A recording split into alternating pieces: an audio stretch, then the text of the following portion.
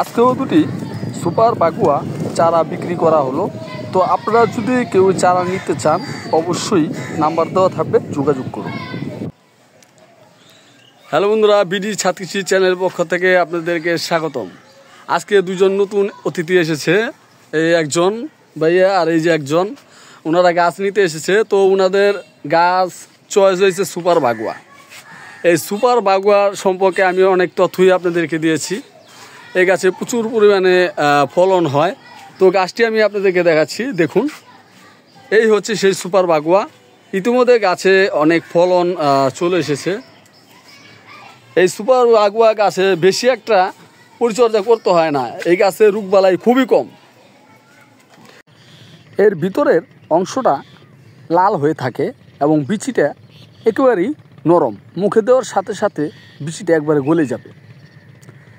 এই গাছে রোগবালাই খুবই কম হয়, সেটা আমরা অনেকেই জানি, আবার অনেকেই জানি না। মোট কথা পরিচর্যার উপরে নির্ভর করে ফলন। আমরা যদি গাছের পরিচর্যাটা যদি পরিমাণ মতন করতে পারি তাহলেই আমাদের গাছে ভালো ফলন আসবে। আজকে আমার গাছে ভালো ফলন আসছে বিদায় দেখুন এই দুজন অতিথি আমার কাছে চারা নিতে এসেছে।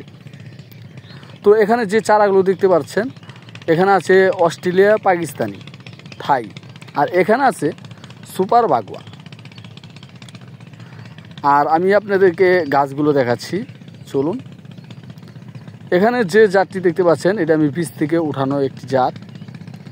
আর এখানে একটি বেদানা গাছের জাত দেখতে পাচ্ছেন, এটা সাদা থাকে কিন্তু ভিতরে লাল হয়। আর এটা হচ্ছে থাই জাতের।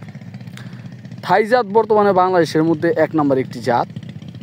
আর এর পাশাপাশি এখানে যে জাতটি দেখতে পাচ্ছেন এটি হচ্ছে ফুলে আরেকটা। এই ফুলে আরেকটাও জাতটা খুবই ভালো।